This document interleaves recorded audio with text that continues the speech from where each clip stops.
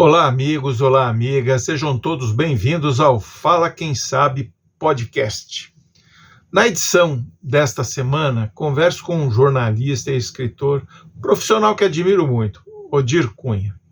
Ele tem 2 prêmios ESSO, o mais valioso prêmio do jornalismo brasileiro, e 2 prêmios APCA, conferidos pela Associação Paulista dos Críticos de Arte. E ainda escreveu 35 livros, ou seja, o cara não é fraco, é fera. Odir trabalhou como redator, repórter e editor em veículos impressos e eletrônicos. Passou com brilho pelos principais veículos de comunicação do país. Desta saga, quero ressaltar 2 programas que se tornaram ícones do rádio brasileiro e dos quais Odir Cunha foi produtor. Os premiados Partido do Esporte e o Balancê, ambos pela Rádio Globo. Este último, aliás, revelou Fausto Silva como apresentador. Antes, era repórter esportivo. Aproveitamos a oportunidade para desejar a ele rápida recuperação de sua saúde. Odir Cunha não esconde que é torcedor apaixonado pelo Santos Futebol Clube. E dos 35 livros que escreveu, acreditem, nada menos do que 14 são a respeito do clube. Aliás, ele é quase um biógrafo do clube praiano. Vale frisar, inclusive, que ele também tem o mérito de ter elaborado o dossiê que serviu de base para a CBF reconhecer e equiparar ao Campeonato Brasileiro os títulos conquistados da Taça do Brasil e Taça de Prata.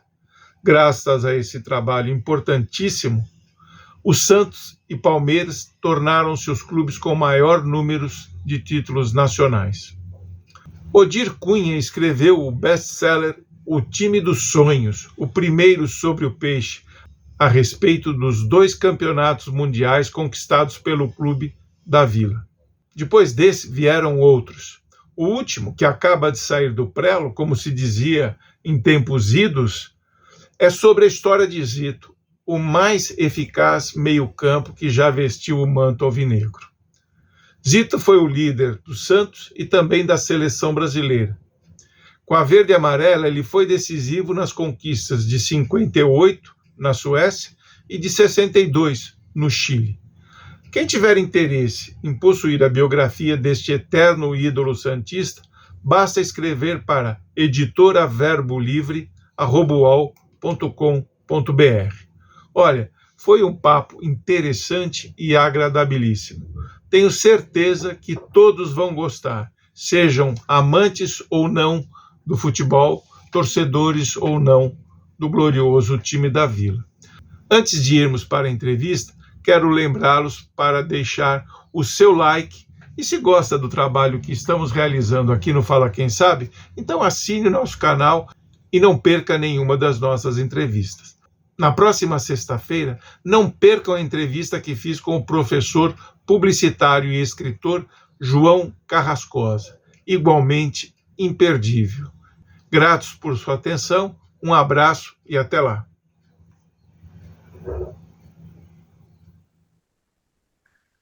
Olá, amigos do Fala Quem Sabe. Hoje a gente tem a felicidade de receber aqui o jornalista e escritor Odir Cunha. Odir, é um prazer muito grande ter você aqui conosco hoje. João, o prazer é todo meu. Não, muito bom te ver, é um prazer imenso. É recíproco. Odir, por favor, vamos assim de uma forma objetiva. Você pode me dizer assim, como é que você começou sua carreira de escritor, foi paralelo ao jornalismo, como é que se deu início a isso e com qual história que você começou a sua caminhada no ramo editorial? Pois bem, logo que eu aprendi a ler e escrever, eu queria ser escritor, né? Você lê Alexandre Dumas, Três Mosqueteiros, Júlio Verne e tal, Monteiro Lobato. Só que não dá, né? Então eu comecei no jornal de escola, jornal de bairro, fui para o Jornal da Tarde em 77. Minha primeira oportunidade para escrever um livro foi pelo Sesc, num projeto que chamava Tênis Mulher, em 1989. Fiz um livro, A História do Tênis Feminino Brasileiro. Gostei, já pretendia, escrever, né? E em 2002 tive um insight ao ler a revista O Gráfico que nós recebíamos lá na sucursal do Globo, ver que os especialistas da América do Sul e da Europa tinham escolhido o Santos, campeão do mundo em 2002, como o melhor time de todos os tempos. Todos os titulares do Santos estavam vivos, né? Gilmar Lima, Mauro Calvé, Dalmo, Zito, Mengalvo, Durval, Coutinho, Pelé e Pepe. Pensei, vou entrevistar todos os caras e escrever um livro do melhor time do mundo, vai ser um best-seller mundial, né? A gente pensa, né? Bom, fiz isso, só que o meu editor na época, o José Henrique Grossi, da editora Best-Seller, falou, Odir, não dá para você fazer um livro só de um time, você tem que contar toda a história do Santos. Então, um livro que era para demorar 3 anos, demorou 10 anos. Mas foi o primeiro, foi lançado em dezembro de 2003, e aí você pega gosto, né? Já era o que eu queria. Então, eu comecei, aos poucos fui indo para outros gêneros que não eram só esporte, e hoje eu tenho 34 livros publicados, né? E é a minha opção nessa fase da minha vida profissional, João. Ah, legal. Você me disse que 14 livros só do Santos. 14 livros só do Santos, com a seguinte observação. A biografia do Pelé fala 70% do Santos. A do Zito, que eu acabei de lançar, ainda tem exemplares à venda aqui, ó. Olha só. Ficou bem bonita a edição de arte do Clério Júnior. A do Zito também é 80% do Santos. E o dossiê que unificou os títulos brasileiros, foi lançado em 2010, né? Também fala da maior parte, porque o Santos era o melhor time da época, ganhou 6 Taças Brasil, um torneio Roberto Gomes Pedrosa, 5 Taças Brasil e um torneio Roberto Gomes Pedrosa. Então é o time mais focalizado também no dossiê. Agora, Odir, você escreveu esses livros pela paixão que você tem pelo Santos, que eu sei que você é santista desde berço, né? Ou foi pela proximidade que você teve com o clube, até como jornalista? Não, foi pela paixão, João. Eu aprendi lá no Jornal da Tarde que jornalista não é fã, né? Então eu já entrevistei muita gente famosa. Eu sou santista roxo, mas eu não escolheria também fazer só pela proximidade. Eu tive ofertas para fazer outros livros, até de outros times, outros atletas. Eu escolhi, né? O Santos, eu acho que o Santos é um cult, tem uma história maravilhosa. E se a gente não preservar essa história, ela se perde, porque o Santos não tem a maior torcida e a torcida do Santos oscila. Em épocas boas, o Santos lota estádio e tal, em épocas ruins, ele leva só meia dúzia de gatos pingados. Então, a história é o link que liga a nova geração com as glórias do passado. Então, eu me senti responsável por mantê-la. E olha, houve uma época que o Santos era o clube que tinha mais livros escritos sobre a sua história. Porque, além de mim, nós tínhamos o José Roberto Toreiro, Santos, o Hugo Arce, que fazia uns livros lá mais simples, mas também sempre fazia livros, o Gabriel Perim. Então, tínhamos aí várias pessoas produzindo livros sobre a história do Santos. Eu acho isso importante, porque a história agrega valor à marca, né? O Santos tem uma marca forte, porque ele tem uma história rica. Os outros times, isso agrega até... pode ser usado pelo marketing. Por exemplo, os outros times têm equipes infanto-juvenis, o Santos tem os Meninos da Vila. E ele já foi fundado por Meninos da Vila. Quando o Santos foi fundado em 14 de abril de 1912, ele já tinha ali entre os 39 garotos ali naquela reunião no domingo à tarde, no Clube Concórdia, ele já tinha o Adolfo Milon, ponta direita, de 16 anos, e o Arnaldo Silveira, ponta esquerda, de 17 anos. 2 anos depois, os dois eram titulares da seleção brasileira. É mole, não? Exato. Já nasceu predestinado, né? Com certeza.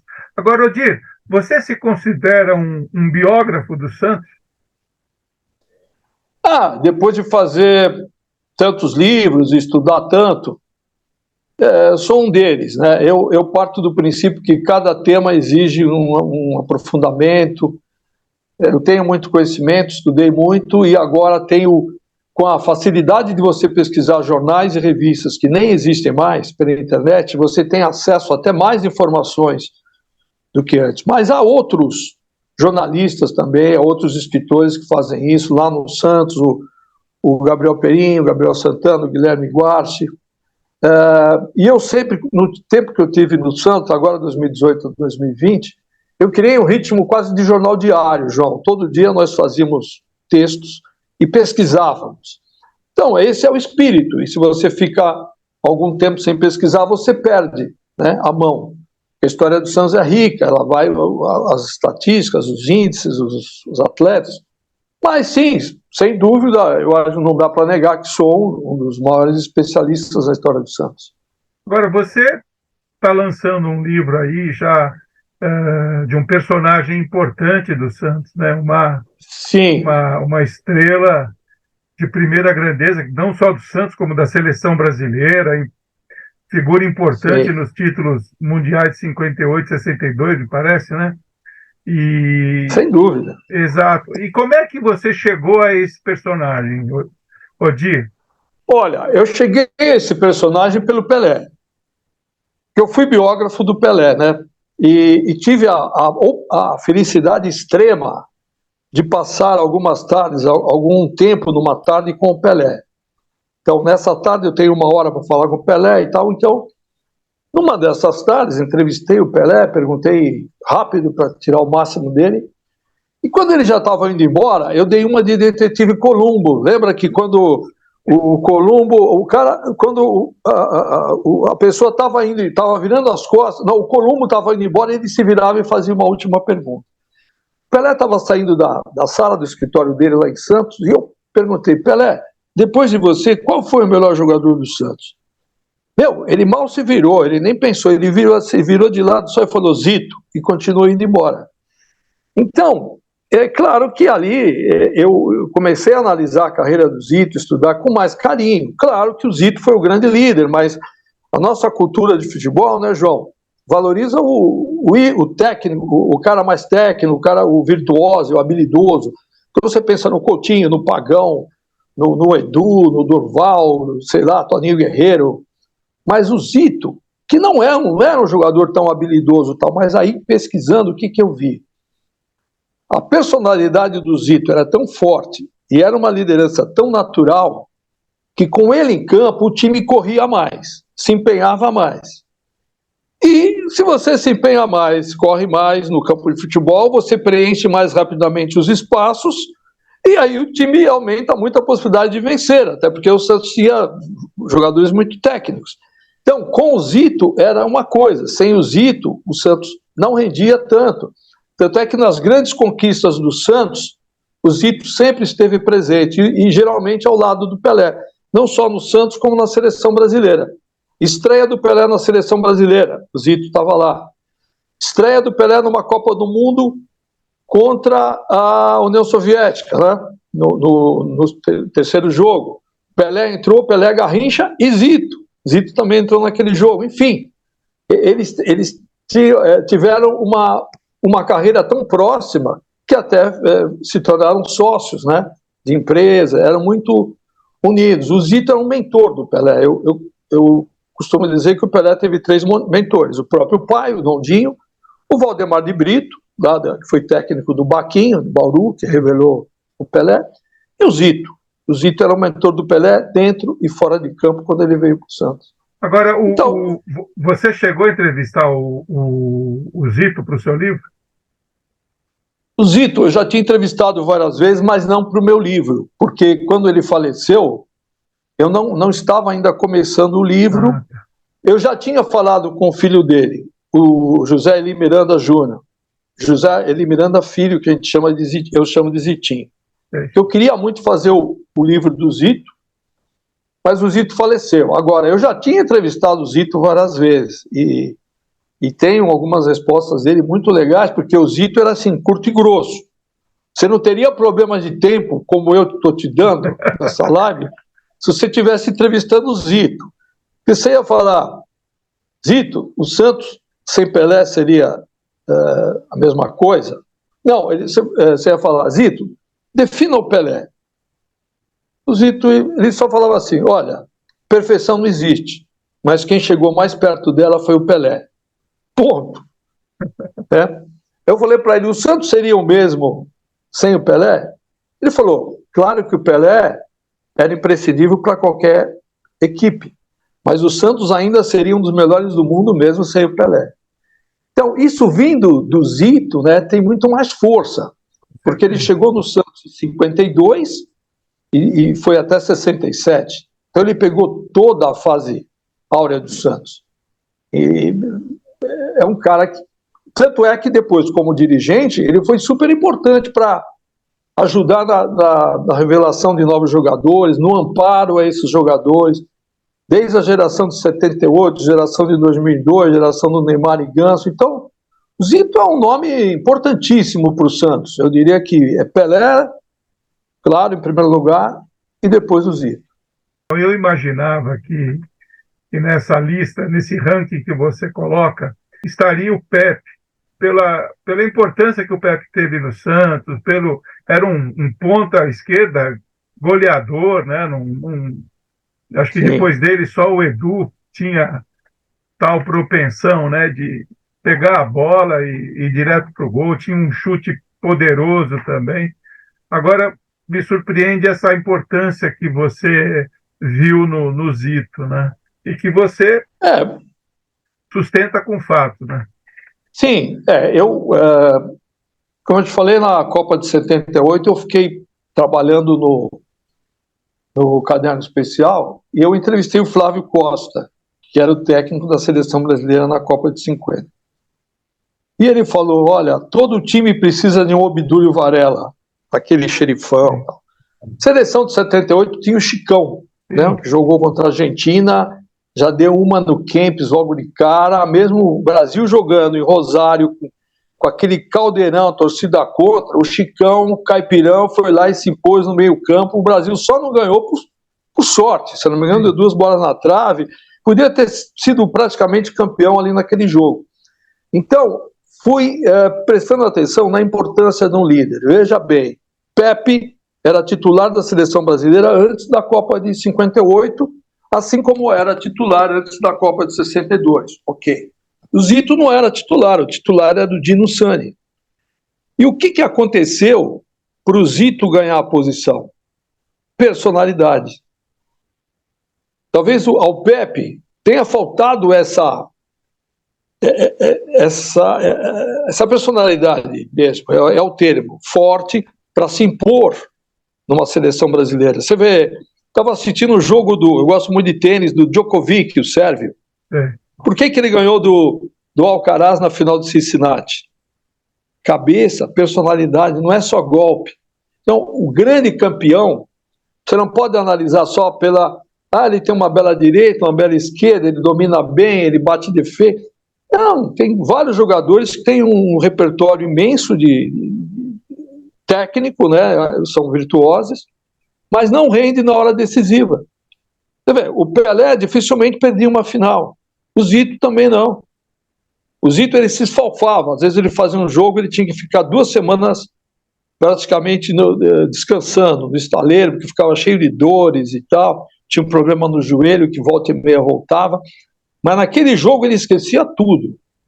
Ele dividia até com a cabeça, como o seu sucessor, o Clodoaldo, já falou uma vez, que Copa do Mundo se divide até com a cabeça. Então eu acho que esse é o diferencial. Claro, com relação a gols, o Pepe foi o 2º artilheiro do Santos, né? E ele diz até que é o maior artilheiro, porque o Pelé não conta, o Pelé veio de Saturno e tal. O Pepe fala, eu sou o maior artilheiro do Santos, porque o Pelé não conta.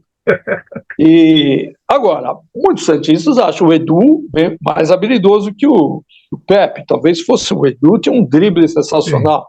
Mas o Pepe foi mais importante, fez os gols contra o Milan do Mundial de 63, né? Também foi muito bem contra o Benfica. É difícil, o próprio Pagão era um craque, se bem que o Coutinho dizia que para ele o melhor centroavante era o Pagão, o próprio Coutinho.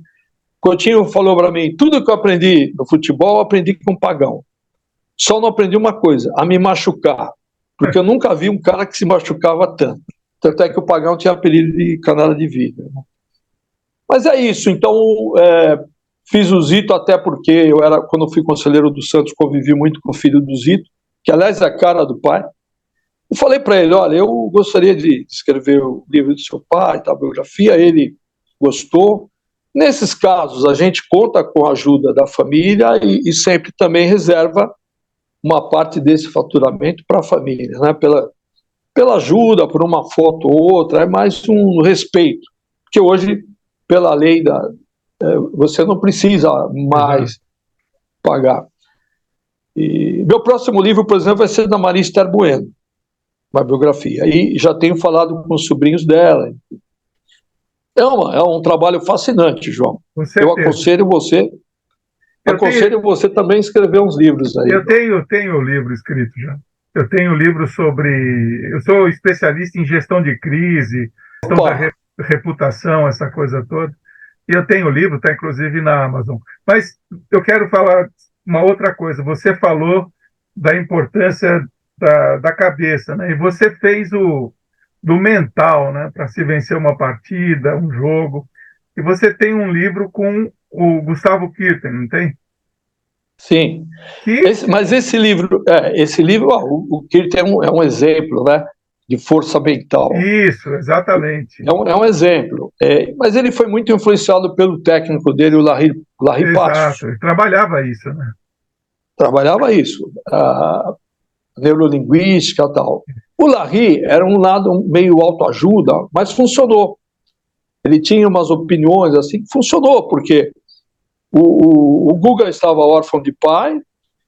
O Larry praticamente adotou o Guga, não só como técnico, levou o Guga para morar com ele num apartamento lá em Camboriú. O Guga dormia, só tinha um quarto, o Guga dormia no chão, Larry do lado. Conviveram muito, foram muito amigos, então o Guga acreditava piamente, né, em tudo, tinha muita confiança em tudo que o Larry dizia. E o Larry passava essa confiança, ele criou umas técnicas de passar uma confiança para o Guga. Por exemplo, quando o Guga tinha alguma dificuldade num golpe, vamos dizer, à esquerda, o Larry treinava esse golpe, na hora que o Guga acertava uma esquerda linda, perfeita, ele terminava o treino, para o Guga ficar com aquela imagem, em vez de treinar, porque eles diziam, o próprio Nuno Cobra dizia, se você começa a errar muito, você está treinando o erro. Então, se acertou uma bola linda, para o treino e fica com aquela imagem. Então, o Guga acreditou, e agora o livro que eu fiz com ele, eu fiz em parceria com o Ricardo Cunha, que é um inglês naturalizado no Brasil, e é um livro mais imagens, imagens de uma vida. São fotos praticamente todas feitas pela própria família do Guga, fotos muito sensíveis, porque ele desde pequeno, ele com o pai, ele com o Larry, e a gente conta essa história do ponto de vista humano, né? Porque ele já tinha uma outra biografia muito bem feita, e ele não quis ter 2 livros conflitantes. Falou, não, a minha vida já foi contada, a minha carreira nesse outro livro, eu queria uma coisa diferente. Aí a editora Magma teve essa ideia. E o título é meu, Imagens de uma Vida. Título meio óbvio, mas ficou bonito, né?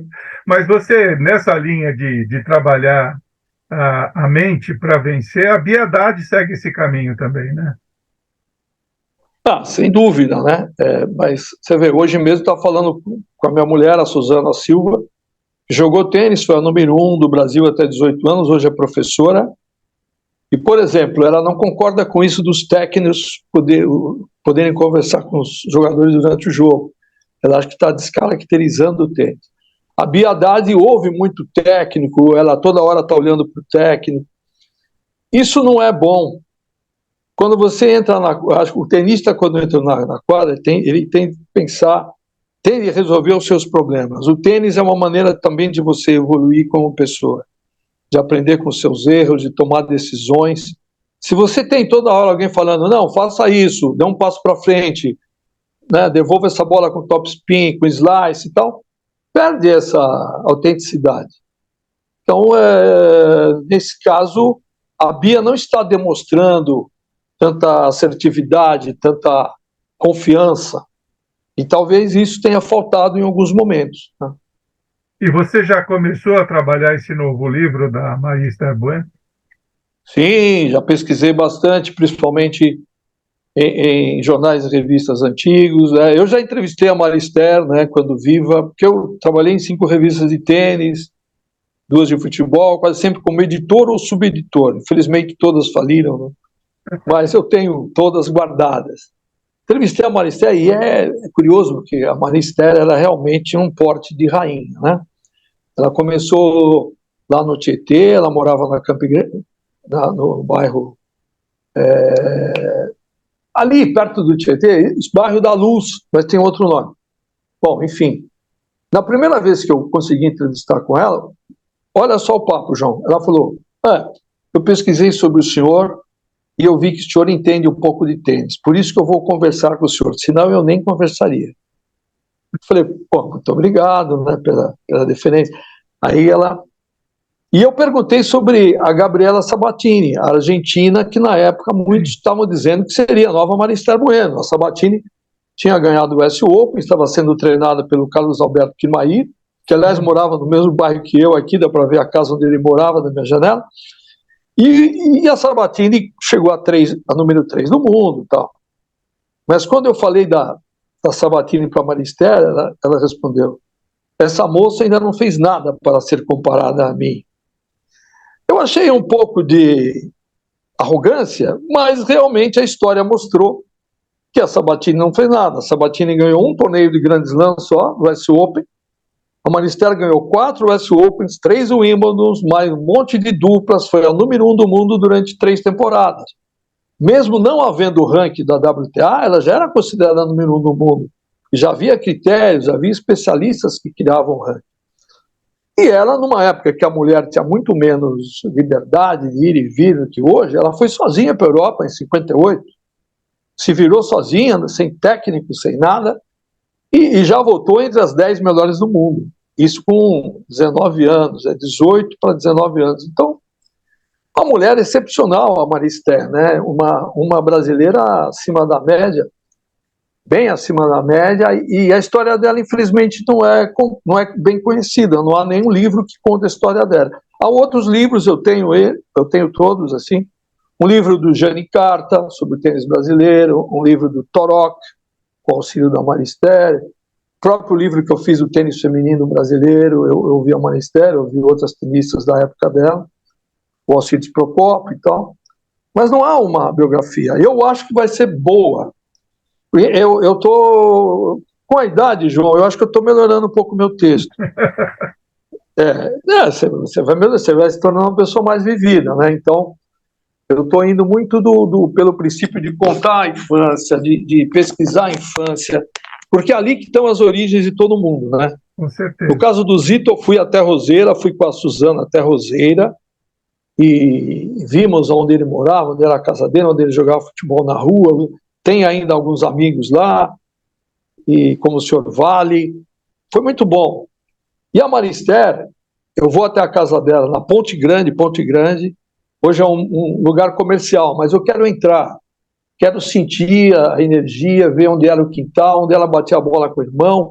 Isso traz uma riqueza maior para o texto, não é aquela coisa estatística, né? Então é isso. Isso aí. Agora, Odir, você ganhou 2 prêmios ESSO, que, como jornalista, a gente sabe que não é para qualquer um, né? Você realmente tem talento para suportar esses 2 ESSO. Agora, me diga uma coisa, como é que foi que você conquistou isso? Foi falando do Santos? Não,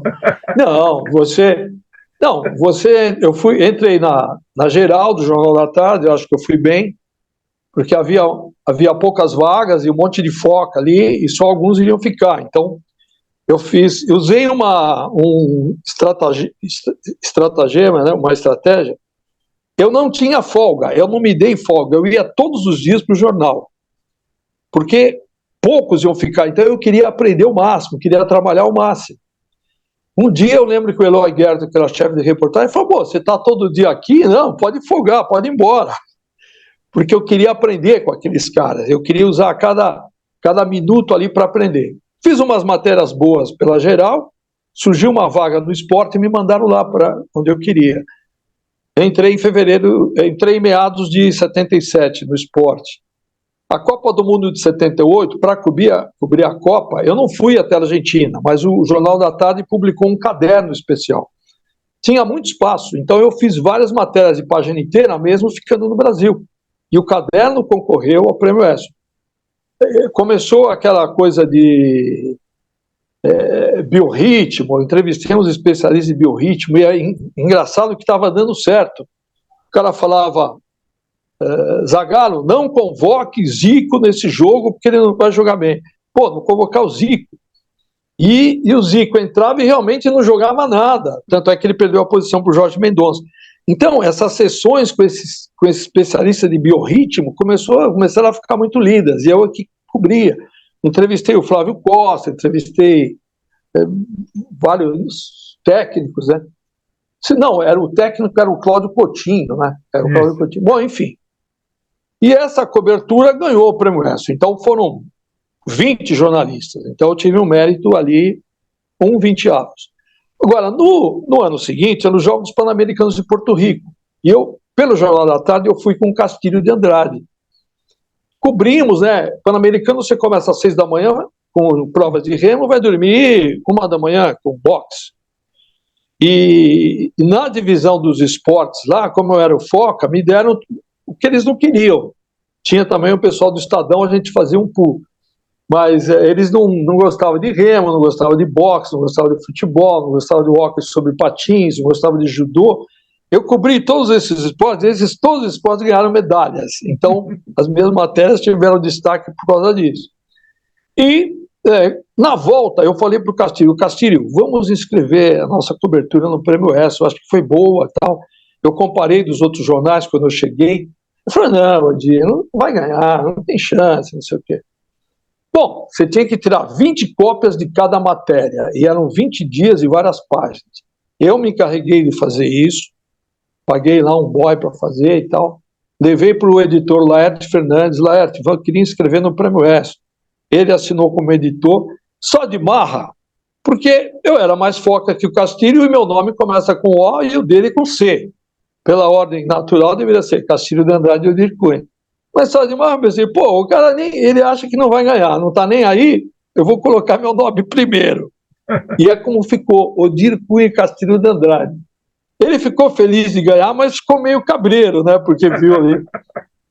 Mas foi legal, foi muito bom, porque isso daí me colocou no status de repórter especial do esporte. Então eu passei a fazer só matérias especiais, perfis.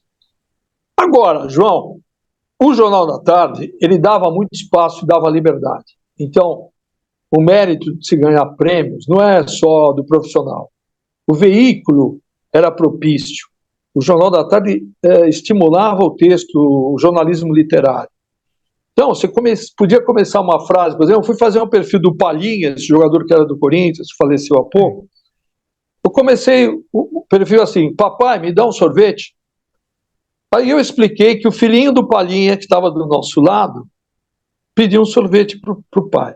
Se ele soubesse como o pai estava feliz naquele dia, porque na noite anterior ele tinha estreado na seleção brasileira e feito um gol, ele poderia pedir tudo o que ele quisesse. Pediu só um sorvete. Então você usava essas coisas para fazer um texto criativo e tal. E dava certo, os caras do Jornal da Tarde gostavam dessa criatividade, né? Mas agora, fui para o Globo, depois que eu fui para a sucursal do Globo, mudou tudo. Lá você tentava ser criativo, os caras cortavam e vinham na pirâmide invertida.